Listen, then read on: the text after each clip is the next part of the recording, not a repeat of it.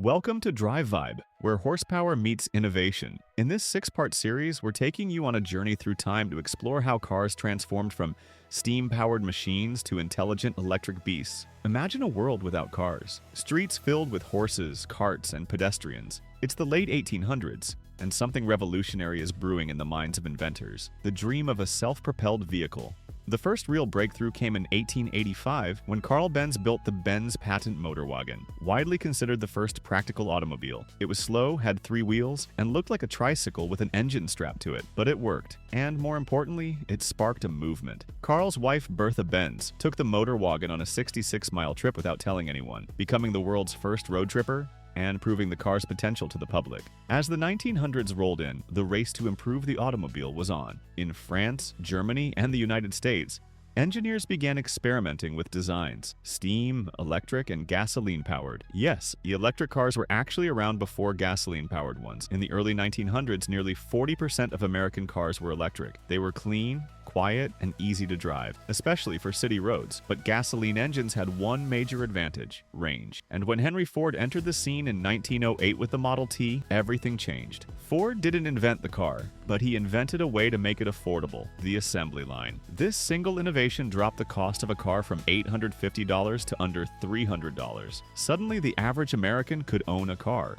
By the 1920s, roads were booming, cities were changing, highways were being built, and cars were no longer a luxury, but they were a part of life. As cars became mainstream, manufacturers added new features. Windshields, electric headlights, and enclosed cabins became standard. The design went from boxy to bold. Performance improved, speeds increased, and the roads got busier. By the 1930s, automakers were pushing style and speed. Brands like Cadillac, Chrysler, and Buick were turning cars into status symbols. But it wasn't just about luxury, and safety and innovation were on the horizon. Engineers began to think about things like better braking systems, stronger materials, and driver comfort. The birth of the automobile wasn't just a technological leap, it was a cultural shift. It redefined freedom, reimagined cities, and restructured entire economies. World War II wasn't just a global conflict, it was a massive catalyst for innovation. During the war, car manufacturers shifted to making tanks, military trucks, and aircraft parts. And this wartime production brought something new to the table: precision. When the war ended in 1945, automakers had more advanced manufacturing techniques, better materials, and a highly skilled workforce. This laid the foundation for a golden age in car design, engineering, and culture. In the United States, the economy exploded. Suburbs expanded, families grew, and cars weren't just useful anymore. They were personal. They were freedom on four wheels. The late 1940s and 1950s introduced bold new designs: long hoods, shiny chrome, tail fins, and wide grills. Car ownership skyrocketed. Owning a car wasn't just about transportation, it was a symbol of success. Drive-in movies, diners, and road trips became part of everyday life. The American highway system expanded under the 1956 Federal Aid Highway Act, creating over 40,000 miles of interstate roads. People were driving more than ever before, but while style and luxury were on full display, safety took a backseat. Most cars in the 1950s didn't have seatbelts. Crash tests were virtually non-existent. Driving was thrilling, but it was also dangerous. It wasn't until the late 1950s that automakers like Volvo began offering seatbelts. And in 1959, the first three-point seatbelt was introduced, a game-changer in automotive safety. As the 1960s rolled in, so did a new attitude: power, performance, and rebellion. The muscle car era had arrived. Ford Mustang, Chevrolet Camaro, Dodge Charger. These weren't just cars, they were icons. Powerful V8 engines, aggressive styling, and affordable pricing made these machines incredibly popular, especially among the youth. Horsepower became the new badge of honor. If your car couldn't roar, you weren't doing it right. Drag racing became a national obsession.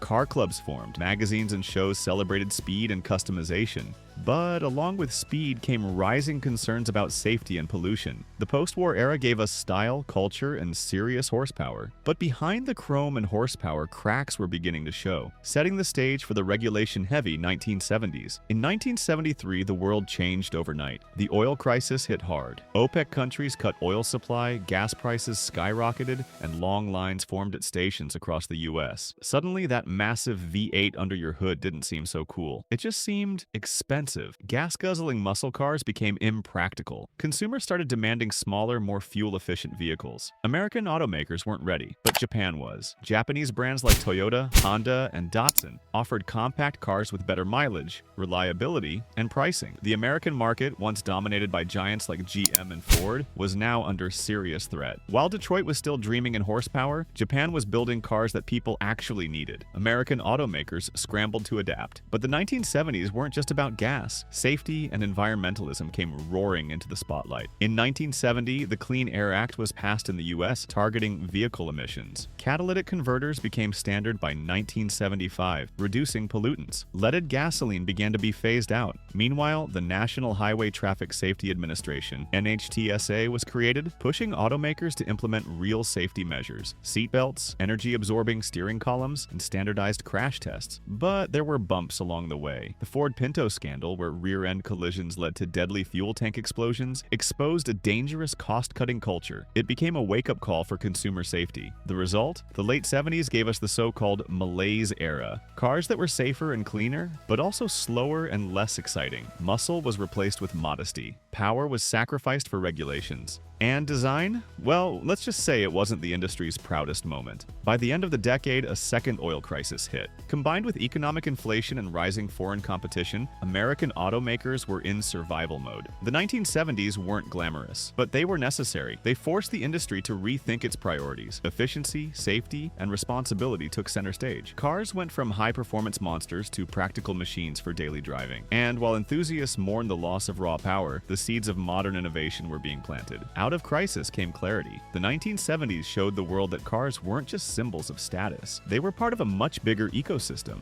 energy, environment, economy. The 1980s weren't just neon lights and synth pop. It was the beginning of a digital takeover. And the auto industry wasn't left behind. One of the biggest changes? Electronic fuel injection, EFI. Before this, most cars used carburetors. Simple but inefficient. EFI allowed for better fuel control, more power, and fewer emissions. It was precise, smart, and the beginning of something huge: onboard computers. The ECU, or engine control unit, became the car's brain. It managed fuel injection, timing, idle speed, all in real time. Cars were becoming less mechanical and more digital. It wasn't just about getting from A to B, it was about doing it smarter. The 1980s also brought anti-lock braking systems, ABS, into the mainstream, making braking safer in emergencies. Later, traction control systems began appearing in high-end models. The car was learning how to react, not just move. Meanwhile, Japanese brands were crushing it. Honda, Toyota, Nissan. They mastered reliability, quality control, and customer satisfaction. The Toyota Camry and Honda Accord became household names in the US, famous for lasting over 200,000 miles with minimal maintenance. Detroit responded by restructuring operations, improving quality, and creating partnerships with foreign brands. But the competition was fierce and global. In the 90s, luxury and performance took center stage. German engineering led the way with BMW and Mercedes-Benz, while Japan fired back with the debut of Lexus and Acura, redefining what affordable luxury looked like. It was also a golden time for sports cars. Lightweight, balanced, and tuned for performance. Legends like the Toyota Supra, Mazda RX-7, and Acura NSX ruled the streets and tracks. The 90s delivered the perfect balance: analog feel, digital brains. It was the last era before full-on automation took the wheel. Inside the cabin, things got more comfortable. CD players, power everything, and airbags became standard. Luxury was no longer reserved for the elite. Safety tech took major steps forward. Airbags expanded to multiple positions. Crumple zones and side impact protection became design priorities. Cars weren't just smart, they were becoming protective. By the late 90s, climate consciousness was growing again. Governments introduced tighter emissions laws, pushing automakers to research alternative fuels, hybrids, and cleaner engines. 1997, Toyota released the first mass-produced hybrid car, the Prius. It wasn't flashy, but it changed the game. Quiet, efficient, and different. It was a preview of the electric future. The 1980s and 1990s were the bridge between past and future, a time when computers moved from our desks into our dashboards. The early 2000s started off with familiar faces: sedans, SUVs, and rising fuel prices. Consumers were starting to care about more than just looks and speed. Fuel economy, safety, and tech features were rising on the priority list. Then came the Toyota Prius, the first hybrid to truly break into the mainstream. It wasn't sexy, but it was efficient. With its combination of a gasoline engine and electric motor, it proved that going green didn't mean sacrificing convenience. It wasn't long before other automakers joined the hybrid race. Honda Insight, Ford Escape Hybrid, and Lexus RX 400h followed. Simultaneously, the SUV craze exploded. But this time, it wasn't just about off-roaders. Compact and crossover SUVs like the CR-V and RAV4 blended space with efficiency, and families loved it. Safety hit a new level. Electronic stability control, ESC, tire pressure monitoring, rear-view cameras, these features started becoming standard. Crash test ratings by IIHS and NHTSA became key selling points. Meanwhile, in-cabin tech was evolving. GPS systems, Bluetooth, AUX inputs, later, touchscreen infotainment. Cars were starting to feel more like digital devices than mechanical tools. And then, a bold newcomer arrived, changing everything. Tesla shook the industry with the Roadster, then dropped the game-changing Model S in 2012. It wasn't just an electric car, it was a performance beast, a luxury cruiser, and a tech marvel. Over-the-air software updates, autopilot, nobody else was doing that. Legacy automakers scrambled. The Nissan Leaf, Chevy Volt, and BMW i3 joined the EV and plug-in hybrid push. But Tesla wasn't just competing,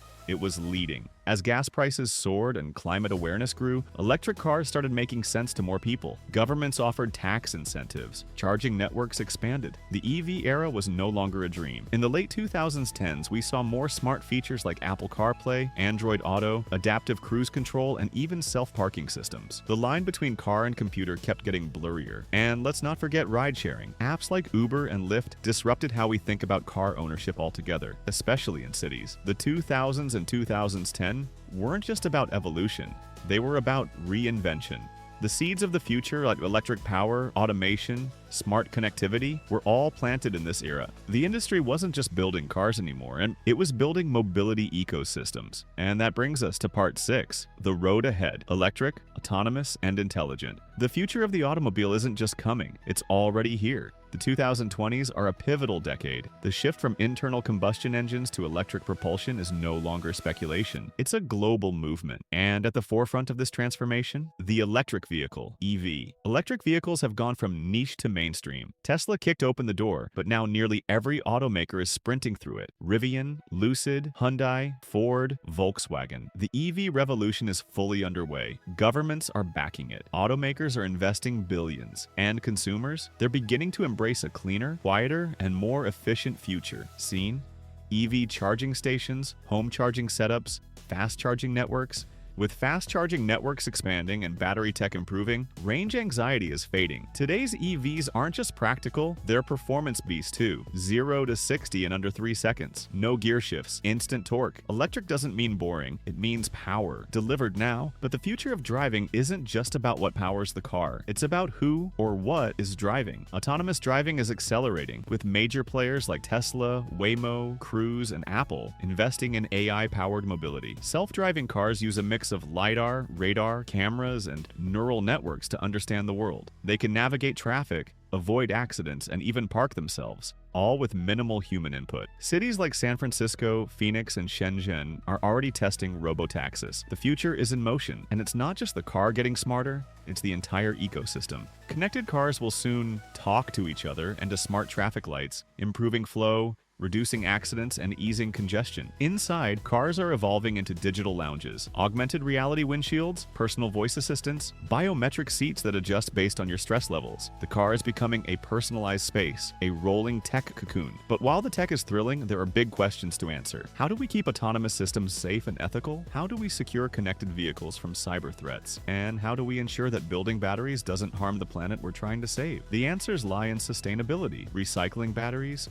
using renewable energy for production, and rethinking what it means to own a vehicle. Ownership itself is evolving. With subscription models and ride-sharing fleets, many people may never own a car again. They'll simply summon one when needed. And beyond the roads, we're looking skyward. Flying taxis, hyperloops, high-speed electric rail. Transportation is entering a new frontier, and cars will be just one piece of a much bigger mobility puzzle. So, what is the car of the future? It's electric, it's connected, it's autonomous, it's sustainable, and most of all, it's still evolving. From noisy engines to silent motors, from analog dials to AI brains, the journey of the automobile is far from over. If anything, it's just beginning again. Thanks for joining us on this 6-part journey through time, tech, and torque. This is Drive Vibe, and where history meets horsepower and the road never really ends.